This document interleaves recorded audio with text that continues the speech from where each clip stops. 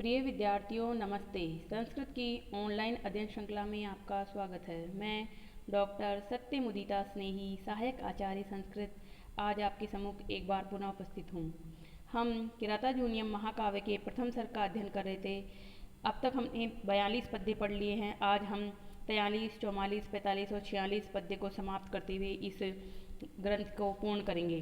तो देखिए स्क्रीन पर हम श्लोक का गायन करते हैं। पहले पुरस्सराधां बतां यशोधना, पुरस्सराधां बतां यशोधना, सुदुस्सहं प्राप्य निकारमीदृशं, सुदुस्सहं प्राप्य निकारमीदृशं, भवादृशाश्चेधिकुर्वते रतिं, भवादृशाश्चेधिकुर्वते रतिं, निराश्रया हन्त हता मनस्विता, निराश्रया हन्त हता मनस्विता।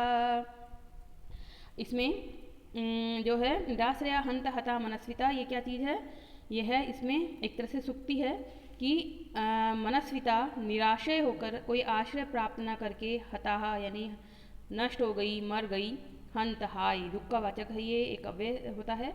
तो हाय कितनी दुख की बात है कि मनस्विता यानी आत्माभिमानिता निराश्रय होकर, कहीं रहने की जगह प्राप्त न करके, हताहा नष्ट हो गई है। क्यों नष्ट हो गई है? तो इसके लिए पहले आगे प्रथम लाइन पे देखिए, दुर्योधन को अभी भी द्रौपदी के ही कथन है कहते हुए द्रौपदी क्या कहती है? धाम वताम पुरस्सरा यशोधना, भवादृशा ईदृशम सुदुस्सहम निकारम प्राप्य। धाम वताम पुरस्सरा, धाम यानी तेज, वत यानी युक्त, धनवत धनवान धनवती ऐसे शब्द बनते मतु प्रत्यय से। तो धाम वतों में यानी धन तेजस्वियों में, पुरस्सरा, पुरस्सरा का मतलब होता है अग्रणी, आगे आगे चलने वाले। पुरस्सरन्ति ये ते पुरस्सराः, जो आगे की ओर चलते हैं उन्हें कहते हैं पुरस्सरा यानी अग्रणी। तो तेजस्वियों में अग्रणी। यशोधनः, यश धनः, यश को ही धन मानने वाले। यशः एव धनम येषां ते यशोधना, बहुव्रीहि समास है।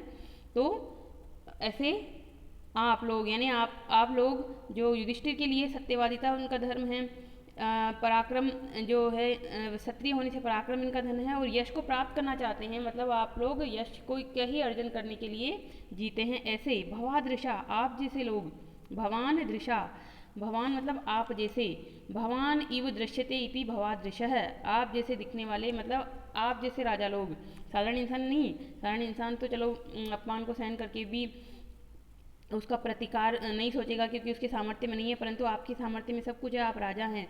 अगर आप ही ईदृशम, इस प्रकार के, सुदुस्सहम, इस प्रकार के, दुस्सहम, सहम मतलब सहना, दु यानी दुख से सहन करने योग्य, निकारम तिरस्कारम, अपमानम यानी निकार को, तिरस्कार को, प्राप्य प्राप्त करके, रतिम रति को, प्रेम को, संतोष को, अधिकुर्वते करेंगे, चेत तो यदि मतलब इस प्रकार का अपमान आपका हुआ। किस प्रकार का अपमान हुआ ये तो आपको पता ही है कि सारा राजपाट छीन लिया, द्रौपदी का अपमान हुआ, और उसके बाद सारे भाई जंगल में घूम रहे हैं।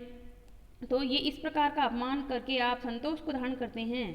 तो चेत तो हंत हाय निराश्रया मनस्विता हता, आश्रय से रहित होकर मनस्विता समाप्त हो गई है। यानी कि एक साधारण इंसान ये सोचे कि मैं बदला नहीं लूँ क्योंकि मेरे में इसमें सामर्थ्य नहीं है, जो होता है होने दे, परंतु आप जैसे लोग भी ये सोचे कि जो होता है होने दे, तो ये उचित नहीं है। कि जो प्रतापी होते हैं, जिनको यश की लिप्सा होती है, यदि वे चुपचाप अपमान को सह जाएं तो फिर अभिमानशालिता कहाँ रह जाएगी। इसलिए आप अपने यश और मान की रक्षा के लिए तेजस्विता प्रकट कीजिए और शत्रुओं का विनाश कीजिए। यही द्रौपदी का भाव है। अनुवाद आपकी स्क्रीन पर दिख रहा है। असह्य अपमान पाकर भी धैर्य धारण करके बैठे हुए युधिष्ठिर को समझाती हुई द्रौपदी कहती है कि प्रभावशाली या तेजस्वियों में आगे रहने वाले, यानी कि प्रभावशालियों में, तेजस्वियों में अग्रणी एवं यश को ही धन समझने वाले आप जैसे महापुरुष। इसमें केवल अब युधिष्ठिर की बात नहीं है, बल्कि अर्जुन, भीम, नकुल, सहदेव, आप सब परम प्रतापी हैं, सब सामर्थ्यवान हैं। अर्जुन के पास गांडीव है, आपके पास, भीम के पास गदा है, आप भी भाला चलाने में निपुण हैं। तो इस प्रकार के जो आप पूर्ण सामर्थ्य से युक्त हैं, फिर भी आप प्रतिकार नहीं करेंगे अपमान का, अपमान को ऐसे ही सहते जाएंगे, तो अपमान करना ही लज्जाजनक नहीं होता, बल्कि अपमान को सहने वाला भी उसमें बराबर का भागीदार होता है। तो अपमान को आप सह रहे हैं, ये बहुत ही गलत है, ये नहीं होना चाहिए, तो आपको इसका प्रतिकार करना चाहिए। तो ये अनुवाद पे देखिए कि यश को ही धन समझने वाले आप जैसे महापुरुष भी यदि इस तरह के पराभव को, तिरस्कार को, अपमान को प्राप्त करके संतोष धारण करेंगे, संतोष का अर्थ कहाँ है यहाँ, रतिम, रतिम यानी संतोष को, प्रेम को धारण करेंगे, तो दुख की बात है। हंत शब्द का अनुवाद है हाय, यानी दुख की बात है कि निराश्रय यानी आश्रय के बिना आत्माभिमानिता यानी कि मनस्विता तो हता यानी नष्ट ही हो गई। यहाँ तक अनुवाद पूरा हो गया। ये भावार्थ लिया जा रहा है कि अब उसको स्थान कहाँ मिलेगा, यानी कि वो जो मनस्विता नाम की चीज़ है, आत्माभिमान है, वो कहाँ रहेगी, अब कहाँ उसको जगह मिलेगी, वो तो आश्रय न पाकर, कोई विश्राम का स्थल न पाकर नष्ट ही हो जाएगी। वंशस्थ छंद है और ग्रामर की दृष्टि से देख लीजिए इसमें टिप्पणी। तो वैसे तो मैंने पढ़ाते वक्त बता दिया आपको, धाम प्लस मतुप से बनता है धामवता, और पुरः सरंती ये ते पुरस्सरः उपसमास है। यशः एव धनम येषां ते यशोधना बहुव्रीहि समास है। भवान इव दृश्यते इति भवादृशः उपपद समास है। ये भी ईदृशम जो शब्द आया था वो क्या है, अयम इव दृश्यते इति ईदृशः। प्राप्य शब्द को देख लीजिए, प्र उपसर्ग आप धातु से ल्यप प्रत्यय, तो आपको ल्यप आदेश हो जाता है। अधिकुर्वते इस शब्द पे आप विशेष ध्यान देंगे, अधि उपसर्ग है क्री धातु से, ये प्रथम पुरुष का बहुवचन है, ध्यान रखिएगा, एक वचन नहीं है, बहुवचन है, ये आत्मनेपदी में रूप चलता है। उसके बाद में निर प्लस आश्रया निराश्रया शब्द है। हंत और हता, हता शब्द में आपको पता है त प्रत्यय है, हन धातु त प्रत्यय, स्त्रीलिंग में टाप भी लग गया है। मनस्विता को भी देख लीजिए एक बार, मनस्विनः भाव है मनस्विता, मनस्विन एक शब्द होता है, उसमें से तल प्रत्यय लगकर मनस्विता शब्द बनता है, तो इसका मतलब होता है स्वाभिमानिता। तो इस प्रकार से ये पद्य हमारा हुआ, वंशस्थ में था। आगे चलिए अगले पद्य पे, क्योंकि आज हमें 4 पद्य पढ़ने हैं, तो आगे भी ये वंशस्थ ही है अभी। तो देखिए इसको हम गायन करते हैं। अथ क्षमामेव निरस्त विक्रमश्चिराय पर्येषि सुखस्य साधनम। देखो 45 और 46 श्लोक पे छंद परिवर्तन होगा, परंतु अभी ये वंशस्थ ही है, तो गाते हैं हम इसको। अथ क्षमामेव निरस्त विक्रमा चिराय पर्येषि सुखस्य साधनम विहाय लक्ष्मीपतिलक्ष्म कार्मुकम जटाधर संजुहदीह पावकम, जटाधर संजुहदीह पावकम। अथ क्षमामेव निरस्त विक्रमश्चिराय पर्येषि सुखस्य साधनम विहाय लक्ष्मीपतिलक्ष्म कार्मुकम जटाधर संजुहदीह पावकम। तो इसमें क्या है, युधिष्ठिर की सहनशीलता के कारण परम दुखी, परम व्यथित द्रौपदी पक्षांतर उपस्थित करती है, यानी दूसरा पक्ष उपस्थित करती है, यानी कि इसमें है एक तरह से कि सामने वाले व्यक्ति पे कोई असर ही नहीं हो रहा है, तो वो क्या कहती है, अन्वय की दृष्टि से देखिए, अथ यानी इसके बाद, यानी सब कुछ समझा लेने के बाद, सब कुछ कह चुकने के बाद क्या कहती है वो उसको, युधिष्ठिर को, कि जटाधर सन जुहदीह पावकम, जटाधर सन जटाधारी बन करके, जटाएं जो होती है तपस्वियों के, सन हो करके, ईह इस जंगल में ही, यहाँ जुहूदी है शब्द पे ध्यान दीजिए आप, जुहूदी ध में छोटी की मात्रा हो जाएगी और ईह शब्द निकलेगा यहाँ से, तो ये सवर्ण दीर्घ संधि से बना हुआ शब्द है, जुहदी प्लस ईह, ईह यानी यहाँ ही इस जंगल में ही, पावकम यानी अग्नि को, जुहूदी, जुहूदी यानी क्या करें, हवन करें, यानी कि जटाधारी बनकर इस जंगल में ही आप हवन करते रहें, और क्या कर दें, लक्ष्मीपति लक्ष्म कार्मुकम विहाय, लक्ष्मीपति, लक्ष्मीपति किसको कहते हैं, राजा को, लक्ष्मी का जो स्वामी होता है, यानी राज लक्ष्मी का जो स्वामी होता है, उसका लक्ष्मी यानी चिन्ह, कार्मुकम यानी धनुष को, विहाय छोड़ करके, यानी नीचे वाली लाइन का क्या मीनिंग बना, राजाओं के राज चिन्ह जो धनुष इत्यादि हैं उनको छोड़ करके जटाधारी बन करके यहाँ पर ही इस जंगल में ही अग्नि का हवन कीजिए। ये तो निष्कर्ष हुआ, पर क्यों, ये क्यों कहना पड़ा उसको द्रौपदी को, तो ऊपर वाली लाइन को जोड़ेंगे इसके साथ, अथ इसके बाद निरस्त विक्रमः, निरस्त, निरस्त कर दिया है, खारिज कर दिया है जिसने, यानी रद्द कर दिया है, अब उसको पराक्रम नहीं है, अब उसने त्याग दिया पराक्रम को, पराक्रम यानी पराक्रम को। तो पराक्रम का परित्याग किए हुए आप, तुम चिराय हमेशा ही, लंबे समय से तक, क्षमामेव क्षमा को ही, क्षमा कर देने के भाव को ही, सुखस्य साधनम पर्येसी, सुखस्य सुख का साधनम यानी साधन, पर्येसी यानी समझते हो, मानते हो।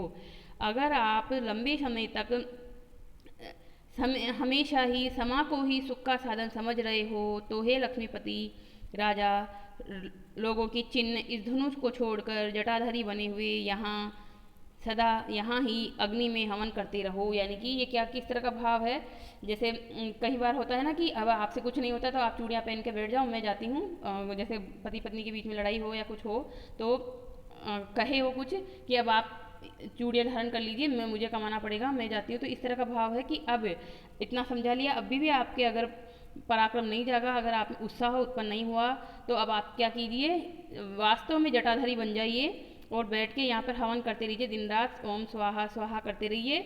और ये जो है, जो चिन्ह आपने पहन रखे हैं, क्योंकि अभी भी इनके पास इनके अस्त्र शस्त्र तो हैं ही, गांडीव है, गदा है, भाले हैं, धनुष बाण है, सब कुछ इनके साथ है, क्योंकि जंगल में इनको जानवरों से रक्षा करनी पड़ती है, तो वो सब तो साथ में ही रखने पड़ेंगे। तो आप क्या कीजिए, इनको सबको छोड़ दीजिए और वास्तव में सन्यासी बन जाइए और हवन कीजिए। तो वंशस्थ ये छंद था, अनुप्रास अलंकार, ये लक्ष्मी और लक्ष्मीपति शब्द में लक्ष्मी, लक्षम इस तरह से यहाँ पर व्यंजनों का अनुवृत्ति हो रही है। तो ये है आपका कौन सा, अनुप्रास अलंकार हो गया। अब इसमें व्याकरण देख लीजिए कुछ। तो निरस्त में निर उपसर्ग अस धातु से त प्रत्यय है। इसी तरह से आप देखिए समाम एवं, यहाँ तो वर्ण संयोग है, उसके बाद विक्रम चिराय, यहाँ पर विसर्ग संधि है, श को हो जाएगा विसर्ग। और विहाय में देखिए वी उपसर्ग है, हा धातु से ल्यप प्रत्यय है, छोड़ करके। लक्ष्मीपति, लक्ष्म्यः पति इति लक्ष्मीपति, लक्ष्मी का पति, लक्ष्मी का स्वामी, तो षष्ठी तत्पुरुष समास है। उसके बाद कारमुक, ये तो धनुष का वाचक है शब्द, कर्मणि प्रभवती इति कारमुक, इस तरह से व्युत्पत्ति होती है। जटाधर है, जटा को जो धारण करते हैं जो वह है जटाधारी हैं। तो ये किसको कहा जाता है, सन्यासियों को कहा जाता है, क्योंकि उनकी जटाएं होती है बड़ी बड़ी। तो जटाया धर जटाधर है, धरती इति धर है। अब देखते हैं इसमें पावक, पावक शब्द में क्या है, पूय धातु से नौल प्रत्यय होता है, फिर पावक बनता है। और उससे पहले जुहूदी हमें संधि अपन ने देख ली, सवर्ण दीर्घ संधि। और जुहूदी शब्द को आप समझना चाहें तो ये मुख्य क्रिया इसमें थी, हु धातु है, हु धातु से लोट लकार मध्यम पुरुष का एक वचन है, और आज्ञा अर्थ में आज्ञा दे रही है वो है कि आप यहीं पर हवन करते रहिए, तो आज्ञार्थक मध्यम पुरुष एक वचन है। तो ये एक तरह से पराकाष्ठा है उसकी दुख की, सहनशीलता की। द्रौपदी भी अब समाप्ति की ओर जा रही है, अपने वचनों को समाप्त करती है। तो इस प्रकार से यहाँ वंशस्थ छंद है। अब आ रहे हैं हम अगले पद्य में। चलिए अगले पद्य में देखिए बहुत इंपॉर्टेंट बातें आएगी, ये आपको ध्यान रखना है कि अब हमारा ये जो है ग्रंथ समाप्त हो रहा है। ये महाकाव्य है, महाकाव्य के अंत में क्या होता है, आप लोगों ने गए वर्ष में भी पढ़ा है कि महाकाव्य के लक्षणों में ये होता है कि अंत में, अंत के पद्यों में, एक पद्य, दो पद्य, तीन पद्य, अंत के पद्यों में कवि के द्वारा छंद परिवर्तन किया जाता है। तो यहाँ पर क्या है, छंद परिवर्तन हो रहा है। तो सबसे महत्वपूर्ण बात आपको याद रखनी पड़ेगी, 45वें श्लोक में पुष्पिताग्रा छंद आएगा और 46वें श्लोक में मालिनी छंद आएगा। तो ये जो पुष्पिताग्रा छंद है, पहले इसी को समझ लेते हैं, क्योंकि इसको समझने के बाद ही आपको ये छंद गाने में आएगा। तो देखिए छंद यानी डैश, सर्ग की समाप्ति में भारवी ने छंद का परिवर्तन कर दिया है। यहाँ पुष्पिताग्रा छंद है, ये एक अर्ध सम छंद है।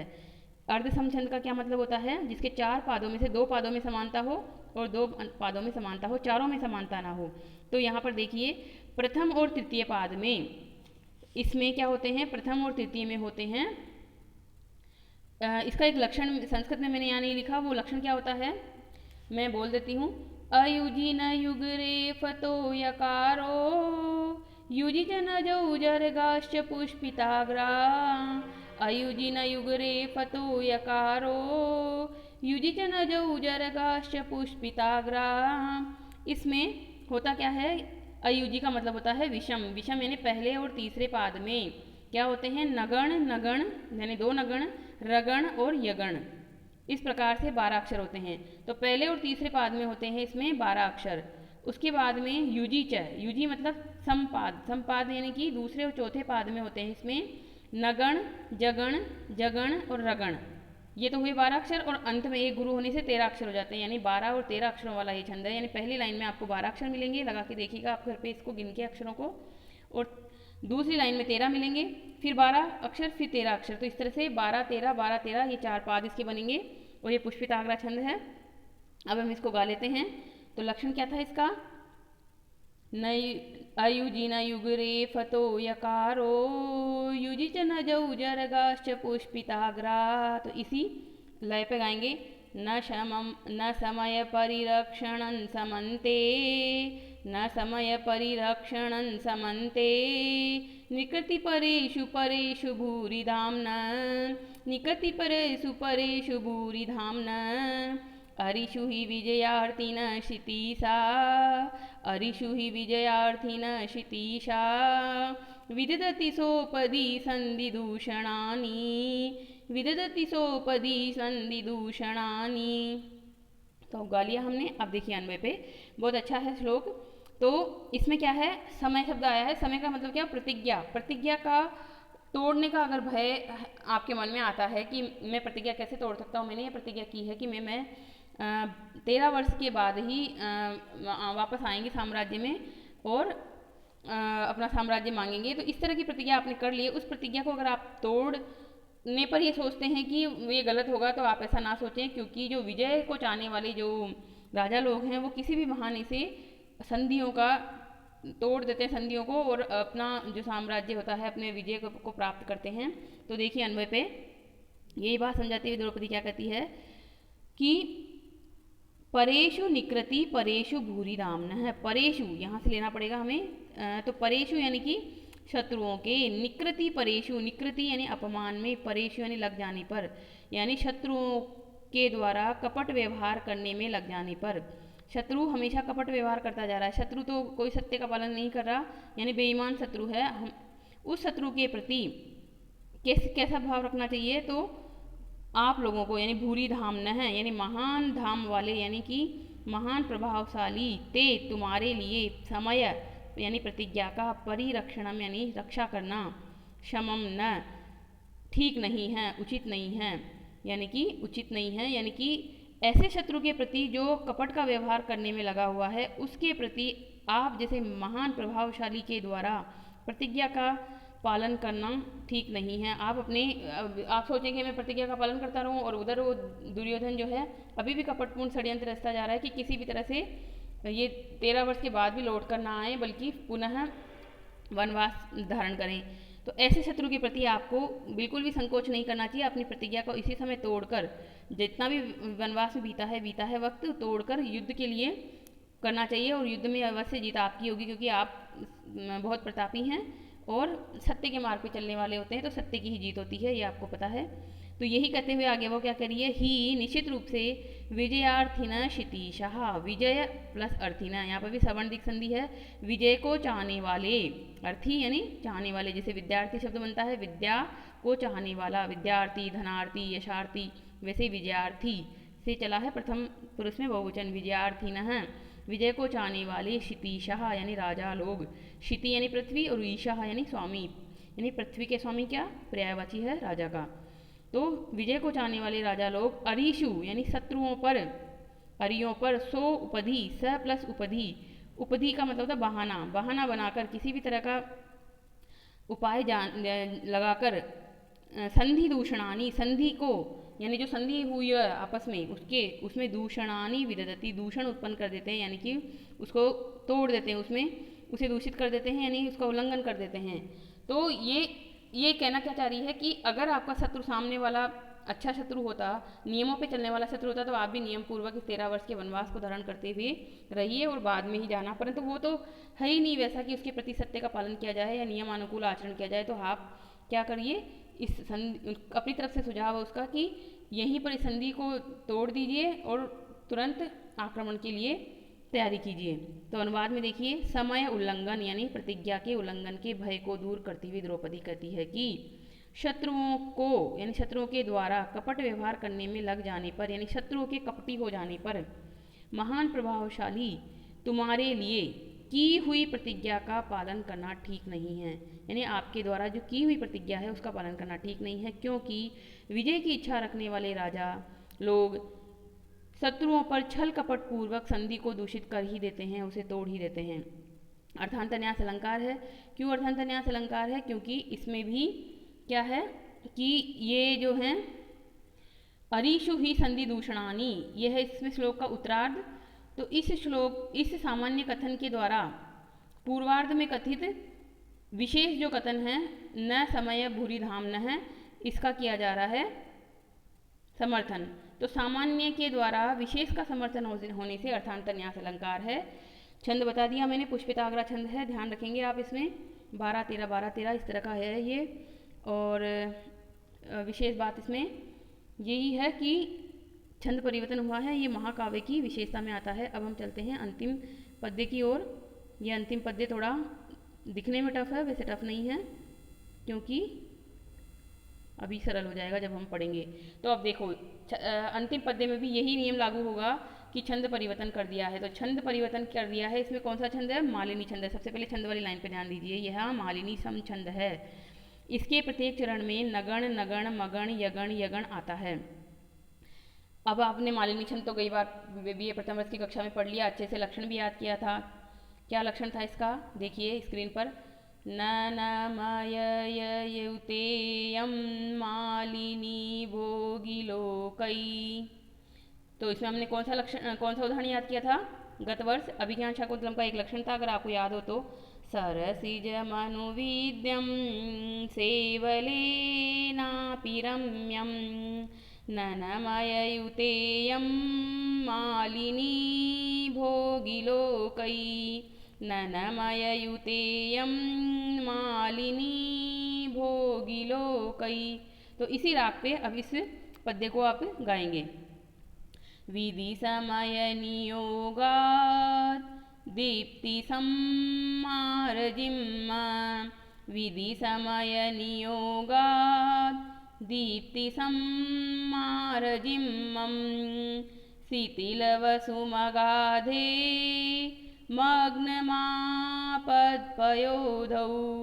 शिथिलवसुमगाधे मग्नमापद्पयोधौ, रिपुतिमिरमुदस्यो दीयमानं दिनादौ, रिपुतिमिरमुदस्यो दीयमानं दिनादौ, दिनकृतमिव लक्ष्मीस्त्वां सम्भेतु भूय, दिनकृतमिव लक्ष्मीस्त्वां सम्भेतु भूय। तो ये 15 अक्षर का है मालिनी छंद, आपको पता ही है। तो इसमें 8 और 7 पे यति होती है, यानी भोगी यानी 8 और लोक यानी 7 होते हैं। तो प्रथम पाद में 8 पे रुकना है और फिर 7 पे रुकना है। तो इस तरह से आप इसको गा सकेंगे। अब हम इसका कर लेते हैं अन्वय और अनुवाद। तो देखिए इसमें ना अलंकार है, क्या है? पूर्ण उपमा अलंकार है। उपमा में 4 चीज़ें होती है, तो वो समझते हुए आपको समझना पड़ेगा। युधिष्ठिर यहाँ उपमेय हैं, सूर्य उपमान है, शिथिल वसु इत्यादि विशेषण या समान धर्म है, और यु उपमावाचक शब्द है। तो यहाँ पर क्या किया जा रहा है? सूर्य की और युधिष्ठिर की तुलना की जा रही है, दोनों में समानता बताई जा रही है कि सूर्य कैसा है और आप कैसे हैं। और श्लेष अलंकार भी यहाँ पर है, यानी कुछ शब्दों के 2-2 अर्थ भी निकलेंगे। तो श्लेष से अनुप्राणित पूर्ण उपमा अलंकार है। तो सूर्य से तुलना करते हुए युधिष्ठिर के बारे में कहा जा रहा है। और यहाँ पर आपको एक और अच्छी बात ध्यान रखनी पड़ेगी कि ये पद्य अंतिम पद्य है, यहाँ पर लक्ष्मी शब्द का प्रयोग हुआ है, तो अंत में भी मंगलाचरण किया जाता है। तो आशीर्वादात में यहाँ मंगलाचरण है। सर्ग के प्रथम में जो श्री शब्द यूज़ किया था कवि ने, श्रियम करुणाम अधिपस्य पालिनीम, वहाँ श्रेय शब्द था। श्री भी लक्ष्मी का वाचक है, परंतु वह श्रेय शब्द से शुरुआत थी और यहाँ लक्ष्मी शब्द से अंत है। ये भारवी की विशेषता है कि वो किसी भी सर्ग का प्रारंभ श्री शब्द से करते हैं और अंत लक्ष्मी शब्द से करते हैं, और सर्ग के शुरू में भी और सर्ग के अंत में भी मंगलाचरण करते हैं। तो ये कहा भी जाता है कि सर्ग आदिनी सर्ग मध्यानि, और सर्ग के अंत में भी मंगलाचरण किया जाता है। तो मंगलादिनी मंगल मध्यानि मंगलांतानि च शास्त्राणि प्रथयन्ते, इस तरह का एक कथन होता है। तो अभी मैं देखते हैं हम इसको दोनों पे घटाते हुए, आपको बिल्कुल आसानी से ये आ जाएगा श्लोक का अर्थ। विधि समय नियोगात, विधि यानी विधाता के, समय नियोगात, समय यानी समय यानी काल के, नियोग यानी करने से, विधाता के द्वारा समय का विधान इस प्रकार से करने से, अगाधे आपद पयोदो, अगाधे, अगाधे मतलब गंभीर, गाध जिसका कोई था न ली जा सके ऐसा, आपद पयोधु आपत्ति रूपी समुद्र में, मग्नम डूब जाने पर, दीप्ति संहार जिम्ह, दीप्ति यानी प्रकाश के, संहार यानी कि संग्रहित कर लिया जाने पर, यानी कि सिकुड़ जाने पर, जिम्हम यानी दुखी। तो दो अर्थ है यहाँ पर दीप्ति संहार जिम्ह का। दीप्ति सूर्य के संदर्भ में प्रकाश, और राजा के संदर्भ में युधिष्ठिर के संबंध में उसका तेज, उसकी कांति, उसका यश। संहार यानी कम हो जाने पर, नष्ट हो जाने पर, जिम्हम यानी राजा के संदर्भ में दुखी होना, और उसके संदर्भ में जिम्मम यानी जब सूर्य डूबने लगता है तो उसकी आकृति भी डूबने लगती है, तो उसमें भी कुटिलता आ जाती है, वक्रता आ जाती है, ऐसा सूर्य। शिथिल वसुम, शिथिल यानी शिथिल कम, वसु यानी धन, और वसु यानी किरण भी। तो यहाँ पर है आपका श्लेष अलंकार, दो तरह से यहाँ पर मीनिंग है वसु शब्द के।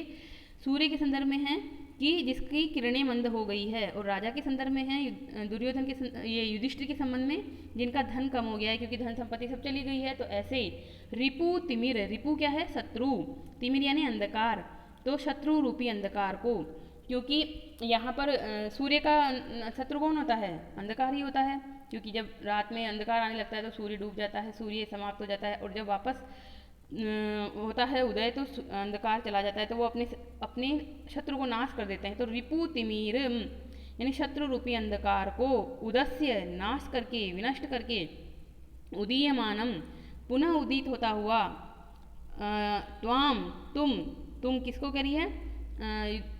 किसको? युधिष्ठिर को। तुम दिनादौ दिन के आदि भाग में यानी प्रातःकाल में, दिन कृतम इव, दिन कृत यानी दिन को करने वाला कौन होता है? सूर्य, सूर्य के इव यानी समान, लक्ष्मी यानी लक्ष्मी को, शोभा को, जो सूर्य है वो तो अपनी कांति को, अपनी शोभा को, चमक को, और आप जो हैं अपनी राजलक्ष्मी को, अपने राजपाट को, साम्राज्य को, भूयः पुनः समभ्येतु प्राप्त करें, प्राप्त हो जावें आपको।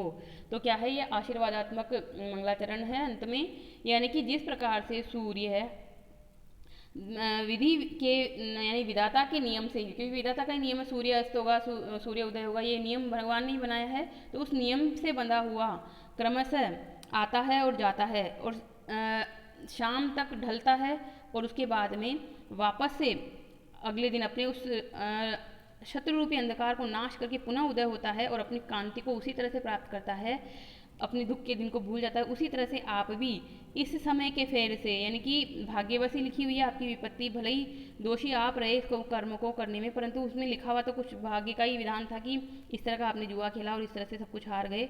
तो आप दुखी ना होइए, आप पुनः उस सूर्य के समान इस को प्राप्त करेंगे, और इस तरह की मेरी जो है आशीर्वाद है, अपनी मन की इच्छा है, प्रार्थना है, भगवान से मैं प्रार्थना करती हूँ कि आप प्राप्त करें। तो अनुवाद को देख लीजिए जिस भाषा में यहाँ लिखा हुआ है, तो इस भाषा को मैं पढ़ते हुए समझा देती हूँ आपको, ताकि सरल लगे आपको ये श्लोक। अपने कथन की समाप्ति में आशीर्वाद पूर्वक पूर्वोक्त अर्थ का यानी पूर्वोक्त कही हुई बातों का उपसंहार करती हुई यानी निष्कर्ष निकालती हुई द्रौपदी कहती है कि भाग्य यानी विधाता कह दो या भाग्य कह दो, दोनों एक ही बात है, क्योंकि विधि के भी यहाँ दो अर्थ है, विधि यानी भाग्य और विधि यानी विधाता। विधि और यानी भाग्य और समय चक्र से अथाह आपत्ति के समुद्र में डूबे हुए, प्रभाव के नष्ट हो जाने से मंद अर्थात अप्रसन्न रहते हुए, एवं धन क्षीण मतलब शिथिल वसु बने हुए, और शत्रु रूपी अंधकार को नष्ट करके अभ्युन्नति यानी उन्नति को प्राप्त होते हुए तुम यानी आप युधिष्ठिर को पुनः राजलक्ष्मी उसी तरह प्राप्त हो जावे जिस तरह प्रकृति और समय के नियम से सायकाल समुद्र में डूबे हुए, समुद्र में डूबना कहते हैं सूर्यास्त जब होता है ना, तो ऐसा लगता है कि नीचे की तरफ जाता जाता समुद्र में डूब गया वो। तो जो यहाँ पर आया था ना पयोधी शब्द का क्या मतलब होता है? समुद्र।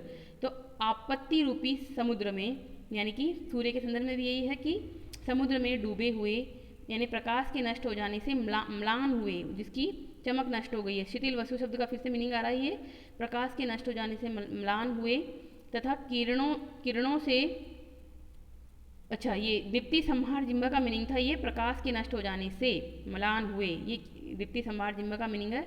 शिथिल वसु का मीनिंग क्या है? किरणों से क्षीण बने हुए, और अंधकार को दूर करके उदय होते हुए सूर्य को प्रातःकाल दिन की शोभा प्राप्त हो जाती है, उसी प्रकार से आपको आपकी राजलक्ष्मी प्राप्त हो जावे। तो इस प्रकार से यह बहुत अच्छा पद्य है। कुछ ग्रामर आपको देखना है तो देख लीजिए। अगाधे न गाधः अगाधः तस्मिन् अगाधे। पयोधी, पयोधी शब्द का मतलब क्या होता है? पीयते इति पयः, जिसको पिया जाता है वो पय है। फिर पयांसी धीयते अस्मिन् इति पयोधी। मग्नम में क्या है? मश धातु से त प्रत्यय होता है। दिनकृत, दिनकृत में क्या है? दिन को जो करता है वो दिनकृत है, यानी कि सूर्य। फिर ये जो शिथिल शब्द है, शिथिल वसु का, क्योंकि इसमें श्लेष है, शिथिलम वसु यानी धनम यस्य स शिथिल वसु। और स्त्रीलिंग में वसव है, रश्मिय का वाचक बनेगा ये, किरणों का। तो शिथिलाः, शिथिलाः वसवः रश्मय यस्य स शिथिल वसु। तो इस प्रकार से है ये ग्रामर। आगे देखिए। और उदस्य, उद उपसर्ग पूर्वक अस धातु से ल्यप प्रत्यय है। उदीयमानम, उद उपसर्ग पूर्वक इंग धातु से सानच प्रत्यय है, उदय होता हुआ। दिनकृतम, दिनम करोति इति दिनकृत। सम अभ्येतु, सम उपसर्ग है, अभी भी उपसर्ग है, और इण धातु है। इण धातु प्रथम पुरुष एक वचन में है, ये लोट लकार में, परंतु ये आशीर्वाद अर्थ में लोट लकार है। तो इस प्रकार से हमारा ये सर्ग जो है समाप्त हुआ। भारवीकृत किरातार्जुनीय प्रथम सर्ग समाप्त हुआ। कल हम इसके महत्वपूर्ण प्रश्नों को पढ़ेंगे और इस ग्रंथ को समाप्त करेंगे। धन्यवाद।